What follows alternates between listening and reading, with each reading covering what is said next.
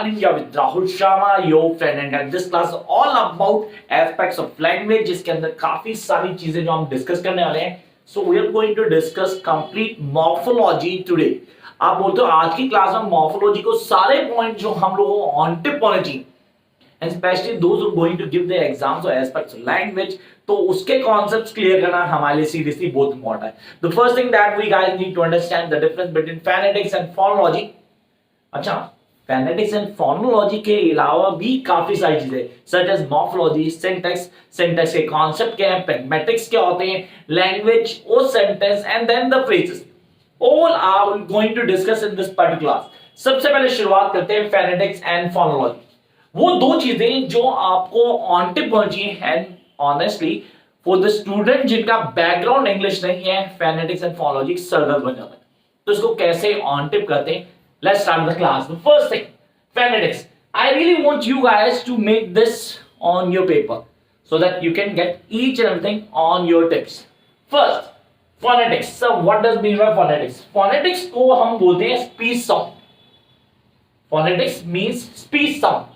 It is used for human speech sound. I repeat, the study of human speech sound is known as phonetics. मतलब हम जो word बोलते हैं वो word कैसे pronounce होके आता है, उसका क्या पैटर्न बनता है, उसको हम बोलते हैं फोनेटिक्स. इसको थोड़ा और डिटेल में समझ लेते हैं. The phonetics is the study of sound of human speech. The study of sound of human speech मतलब ह्यूमन स्पीच जो है हमारी, उसका साउंड है, उसकी स्टडी को बोलते हैं फोनेटिक्स. तो पहला पॉइंट हमारे दिमाग में क्लियर होता है कि फोनेटिक्स क्या है. तो phonetics is all about the study of sound of human speech. Come on, next one. Here we are having that is phonology. So phonology को हम phones बोलते हैं. अच्छा, अपने phones भी बोलते हैं. जो phones होता क्या है, इसको वो स्टडी करते हैं. अभी आपने बोला study of sound of human speech. अब वो जो साउंड ऑफ ह्यूमन स्पीच था ना, उस साउंड की स्टडी को, आई रिपीट, उस साउंड की स्टडी को क्या बोलते हैं, फोनोलॉजी. ह्यूमन स्पीच के साउंड को हम बोलते हैं फोनेटिक्स, और जो स्टडी को स्टडी करता है वो कहलाता है फोनोलॉजी. क्योंकि यहां पे हम उस साउंड का पैटर्न क्या रहा, उसका डिस्ट्रीब्यूशन क्या रहा, how things change. Basically language को जब डिस्ट्रीब्यूट करते हैं अलग पार्ट में या दूसरे वर्ड में, हम क्या करते हैं, उसको पैटर्न को चेंज कर देते हैं, उसको स्टडी करना फोनोलॉजी कहलाता है. ठीक है ना, example pad pad, bat bad. आपने क्या सिर्फ साउंड को थोड़ा चेंज किया. Come in detail. Here we are having the phonology. It is the study of speech. I repeat, study of speech sound with a reference to their distribution pattern. यहां पे study of sound और human speech था, और यहां पे क्या हो गया, the study of speech sound. It is the study of speech sound. उस speech के sound को study करना phonology कहलाएगा. Look at an example of phones. Distribution units of sound. That means pad, pad, bat, bat, pad and pat.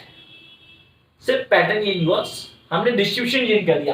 PAT PAT, look at that, पा दोनों एक ही थे. यहाँ डी आ गया, यहाँ भी बी है, यहाँ भी बी है, बट इधर डी है और इधर टी है. तो bat bat, this is known as phonology. तो दो चीजें दिमाग में बैठ गई. The difference between phonetics and phonology. I hope यहाँ पे सबको ये वाला डिफरेंस क्लियर हो गया. जंप करते हैं मेजर पॉइंट के ऊपर जो पेपर में आने है confirm, that is morphology.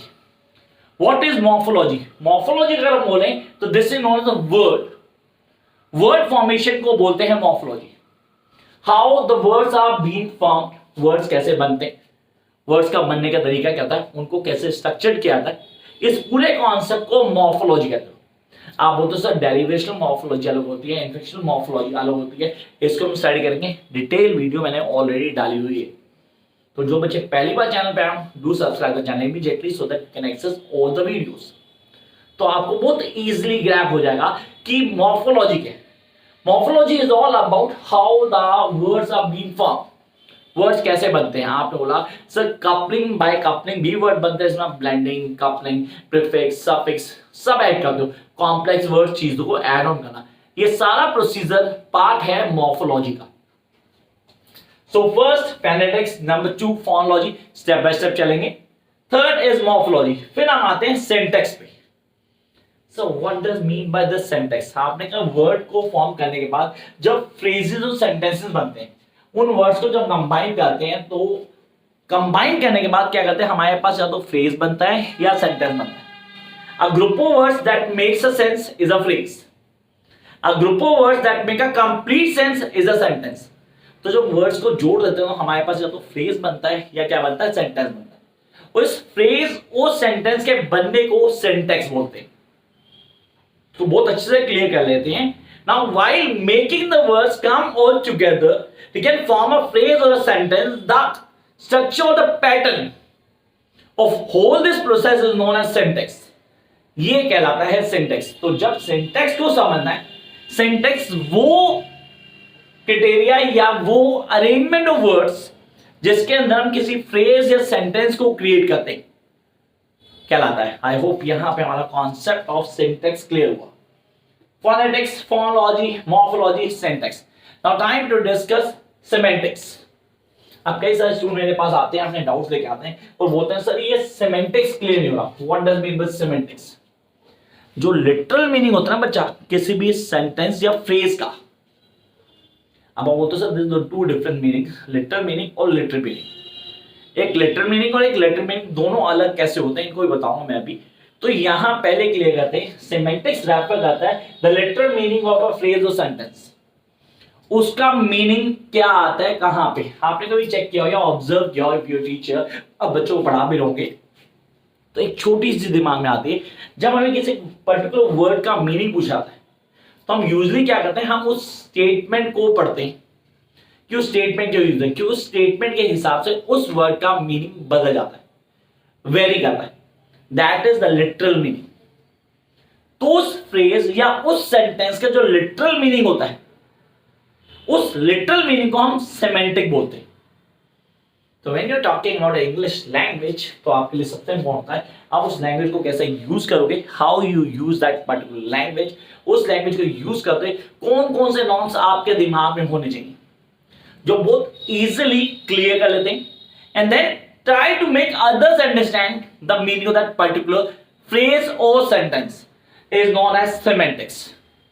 Time to discuss the last part that is really important. इस क्लास का सबसे लास्ट पार्ट जो हम लोगों के लिए बहुत इंपॉर्टेंट है, हम चीजों को कैसे समझ पाते हैं और चीजें कैसे क्लियर करते हैं, दैट इज प्रैग्मेटिक्स. अब जब प्रैग्मेटिक्स की बात करते हैं तो हमारी आइडियोलॉजी डिफाइन करती है, it defines the meaning of content of discourse. Pragmatics जब हमें पूरी स्टेटमेंट को पढ़ने के बाद उसका जो मीनिंग निकलता है, द फाइनल आउटकम जिसको आप एक्सप्लेन करते हो, वो कहलाता है प्रैग्मेटिक्स. तो honestly when somebody is talking about the Fender's phonology, it is the base of pragmatics. अगर आपको pragmatics आप पूरे मीनिंग को समझ रहे हो, आप पूरे पैराग्राफ को पढ़ने के बाद उसका पूरा मीनिंग क्लियर कर रहे हो, आप बोलते हो इसमें क्या समझाया गया, उसका मीनिंग क्या था. शुरुआत फेनेटिक्स से हुई थी. फेनेटिक्स आपने कहा सर वो स्पीच साउंड था जो ह्यूमन स्पीच के साउंड को स्टडी करता था, उस पैटर्न को हम बोलते हैं फेनेटिक्स. अब उस साउंड स्पीच साउंड को स्टडी करने के वे को हम बोलते हैं फोनोलॉजी. स्टेप बाय स्टेप चल रहा है सब कुछ. Look at here. सबसे पहले बोला आपने ह्यूमन स्पीच साउंड को हम बोलते हैं फेनेटिक्स. अब उस साउंड सिस्टम को स्टडी करने के वे को बोलते हैं फोनोलॉजी. और जैसे ही दो चीजें क्लियर होती है, हमारे पास फेनेटिक्स फोनोलॉजी क्लियर होता है, हमारे पास आता है syntax. Come to the point.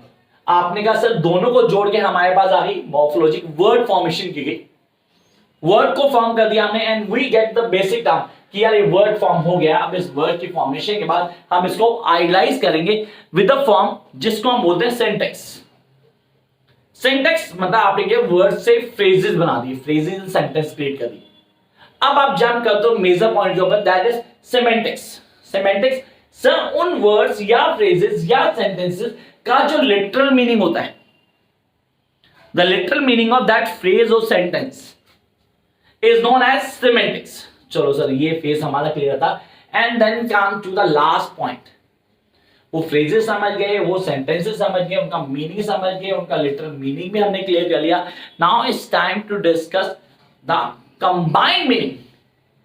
वो कंबाइंड मीनिंग और कुछ नहीं है, प्रैग्मेटिक्स है.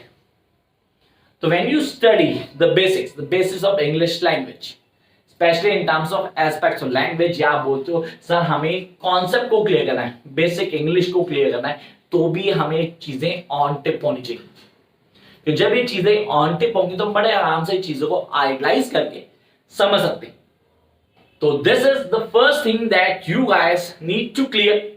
इसको फॉलो अप करो, चैनल को सब्सक्राइब कर लेना ताकि आप सारी रिलेटेड वीडियोस को इजीली एक्सेस कर पाओ। और अगर उसके बाद भी कोई डाउट है, कुछ समझ नहीं आया और आप चाह रहे हो कि सर ये वाला टॉपिक पूरा क्लियर होना चाहिए हमारा, तो उसके लिए कमेंट बॉक्स में कमेंट करें। Catch you very soon with a new video just for you guys.